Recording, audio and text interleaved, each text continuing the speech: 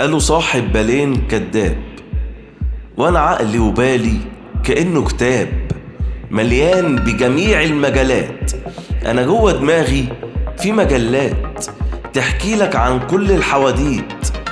انا اعلى نموذج للتشتيت، انا عايش فترة بنت تيت، واللي مصبرنا على الدنيا ان انا مش عايش فيها وحيد.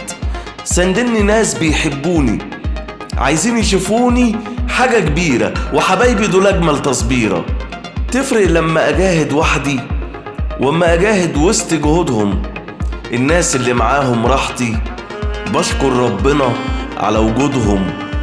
قولوا بقى صاحب بالين كداب، قولوا اي كلام زفت على هباب.